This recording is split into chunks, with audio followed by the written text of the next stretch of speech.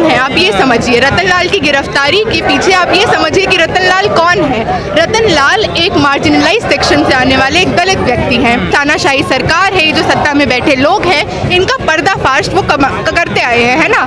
चाहे वो किसी भी पॉलिसी का क्रिटिसिज्म हो, चाहे वो जिस तरह से कुछ भी कर रहे हैं ना, चाहे वो सांसद का कोई बिल हो, चाहे वो यूनिवर्सिटी में इम्प्लीमेंट होने वाली पॉलिसी हो, वो इसका पर्दाफाश करते रहे हैं। और ये सरकार कौन है? ये सरकार वो सरकार है जो कॉन्स्टिट्यूशन में मानती नहीं है, ये मनुवादी सरकार है। तो रतन लाल जैसे लोग तो इनको चुभेंगे ही।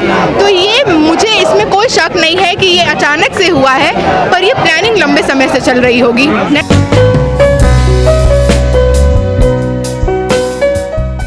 आज देखिए कि पहला जो उन्होंने पोस्ट किया, उसके बाद उनको लगातार थ्रेट्स आ रहे थे, है ना।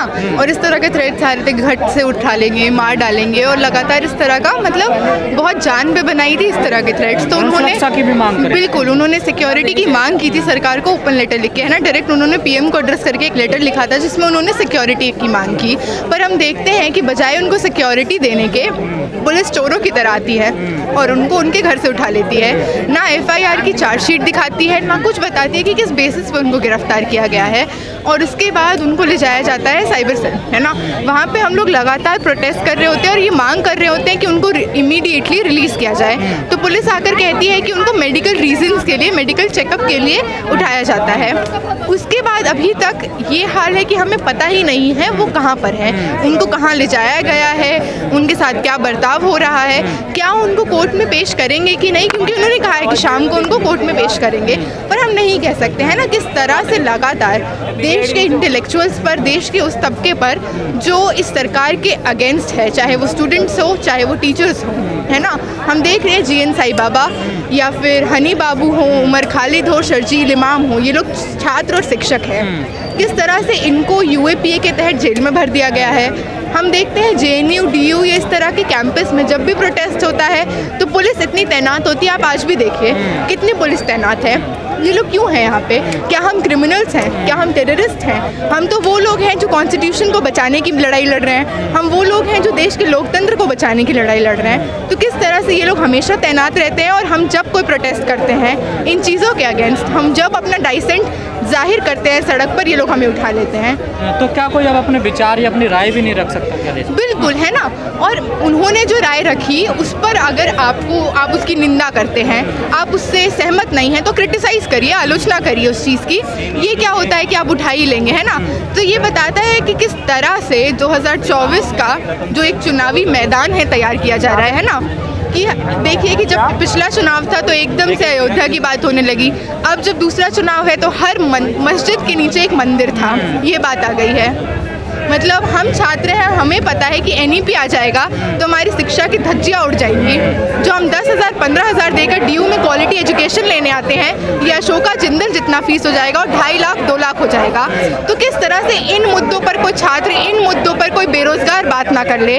देश में देश का इंडियन रुपी का जो वैल्यू है, इंडियन करेंसी का जो वैल्यू है, लगातार ड्रॉप होता जा रहा है। किस तरह से बेरोजगारी चरम सीमा पर है, आए दिन कोई ना कोई पेपर लीक होता है। तो इन चीज़ों पर बात ना हो जाए, इससे युवा को, इससे देश को भटकाने के लिए ये जो धर्म की राजनीति, जो नफरत की राजनीति है, ये भाजपा करती आई है। उनकी पोस्ट से कहा जा रहा है कि किसी की भावनाओं को ठेस पहुंची, अभद्र टिप्पणी की है उन्होंने, ऐसा उनके ऊपर आरोप लगा रही है मीडिया का। जी बिल्कुल, और वो मीडिया भी कौन सी मीडिया ये हमें पता है ना। ये वही मीडिया है जब जहांगीरपुरी में जब डिमोलिश किया जाता है मुसलमानों का और वर्किंग क्लास लोगों का घर, है ना। हिंदू भी होते हैं उसमें, पर वर्किंग क्लास है ना, जो समाज का सबसे हाशिए पर तबका है, उसका घर जब डिमोलिश किया जाता है तो वो लोग बुलडोज़र पर चढ़कर वो लोग वहाँ से न्यूज़ की खबर दे रहे थे। ये वही मीडिया है जब कहीं भी भारत में दंगा होता है तो वो दंगा, हमें पता है वो दंगा नहीं है, किस तरह से मुस्लिम्स पे अटैक है, उसको हिंदू मुस्लिम दंगा कहकर दिखाता है ना। तो हम समझ रहे हैं वो जो मीडिया है, वो मीडिया भी किसका मीडिया है, पहली बात तो आप ये समझिए। दूसरी चीज़ ये है कि जो मैं बार बार कह रही हूँ कि किसी के भी किसी ओपिनियन से हो सकता है आपको ठेस पहुँची हो, तो आप अपना जो आप आलोचना कीजिए, आप उसका क्रिटिसिज्म कीजिए, ये कोई तरीका नहीं है ना। हम एक लोकतांत्रिक देश में रहते हैं, है ना। हो सकता है इस देश का जो पीएम है वो तानाशाह है, पर अभी हम उस हालत में नहीं पहुंचे हैं कि एकदम से कुछ भी कर लेंगे, क्योंकि अभी इस देश में, अभी इस भारत में कॉन्स्टिट्यूशन पसंद, लोकतंत्र पसंद लोग अभी भी जिंदा हैं। अभी पीछे की भीड़ देखिए, ये कल गिरफ्तारी हुई है, कल 3 बजे से लेकर अभी तक लोग जाने को तैयार नहीं है। हमारी मांग भी यही है कि जब तक रतन लाल को इमीडिएटली सेफली रिलीज नहीं किया जाता, ये आंदोलन जारी रहेगा। भावना इतनी कमजोर हो गई है कि आजकल जो किसी को कुछ कहने से भी ठेस पहुंचा जाती है।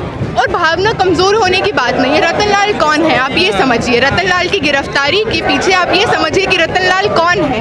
रतन लाल एक मार्जिनलाइज सेक्शन से आने वाले एक दलित व्यक्ति हैं। तानाशाही सरकार है, जो सत्ता में बैठे लोग हैं, इनका पर्दाफाश वो करते आए हैं, है ना। चाहे वो किसी भी पॉलिसी का क्रिटिसिज्म हो, चाहे वो जिस तरह से कुछ भी कर रहे हैं ना, चाहे वो सांसद का कोई बिल हो, चाहे वो यूनिवर्सिटी में इम्प्लीमेंट होने वाली पॉलिसी हो, वो इसका पर्दाफाश करते रहे हैं। और ये सरकार कौन है? ये सरकार वो सरकार है जो कॉन्स्टिट्यूशन में मानती नहीं है, ये मनुवादी सरकार है। तो रतन लाल जैसे लोग तो इनको चुभेंगे ही। तो ये मुझे इसमें कोई शक नहीं है कि ये अचानक से हुआ है, पर ये प्लानिंग लंबे समय से चल रही होगी, है ना। क्योंकि हमने देखा कि लगातार, मैं कह रही हूँ ना कि बार बार GN बालाजी और इस तरह के जो लोग हैं, ये कौन लोग हैं? ये ह्यूमन राइट्स के लिए लड़ने वाले लोग हैं। ये समाज का जो दबा कुचला हिस्सा है, चाहे वो महिला हो, चाहे वो दलित हो, चाहे वो आदिवासी हो, इसके लिए जो हमेशा खड़े रहे हैं, ये वो लोग हैं। तो क्या सरकार की नीतियों के खिलाफ अब बोल नहीं पाएगा कोई? बिल्कुल नहीं बोल पाएगा।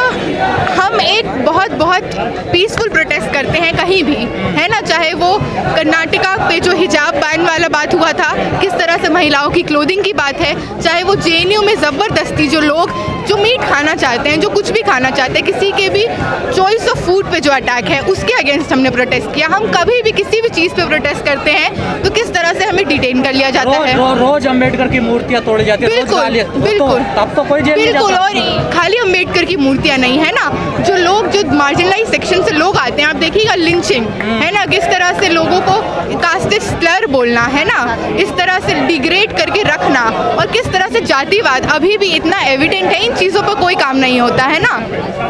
तो क्या लगता है आपको, क्या अब सरकार की जो नीतियां हैं, अब इतना डर फैला दिया लोगों के अंदर कि अब वो बोलना बड़ा मुश्किल हो जाएगा? बिल्कुल, बोलना मुश्किल। खालिद जेल में है, बिल्कुल, हनी बाबू है, तमाम ऐसे लोग हैं। अब रतन लाल जी भी जेल में चले गए। जी बिल्कुल, और बोलना मुश्किल हो जाएगा से ज़्यादा है, ये दोनों तरफ से एजेंडा चला रहे हैं। एक तरफ से ये नफरत के बीज बो रहे हैं, दूसरी तरफ से जो लोग हैं, जो संविधान पसंद लोग हैं, जो आवाज़ उठाते हैं, उनको डरा रहे हैं। तो ऐसा समाज बन जाएगा कि कुछ लोग तो एकदम इनके समर्थन होंगे, और जो दूसरा तबका रहेगा, जो एक उस तरह का वर्ग है जो बोलता है चीज़ों पर, जो गलत होने नहीं देता, वो डर कर रहेगा।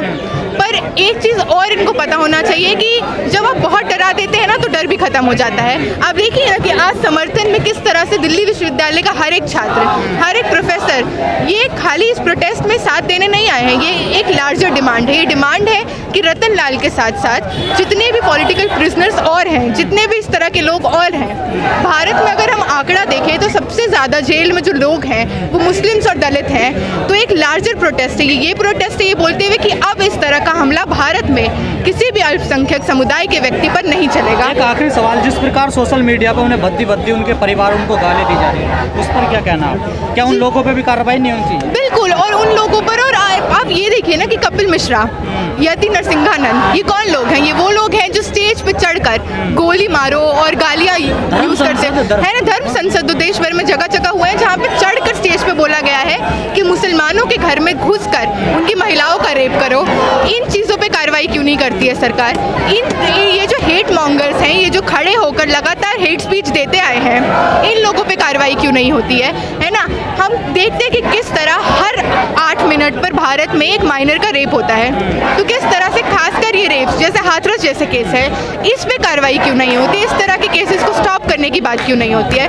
तो एक लंबी राजनीति है जो नफरत की राजनीति है, पर इसके अगेंस्ट जो लोग खड़े हैं वो भी बहुत हिम्मतदार हैं। और आप देखिएगा कि जब तक रतन लाल को रिलीज़ नहीं किया जाता, हम लोग यहाँ से नहीं हटेंगे।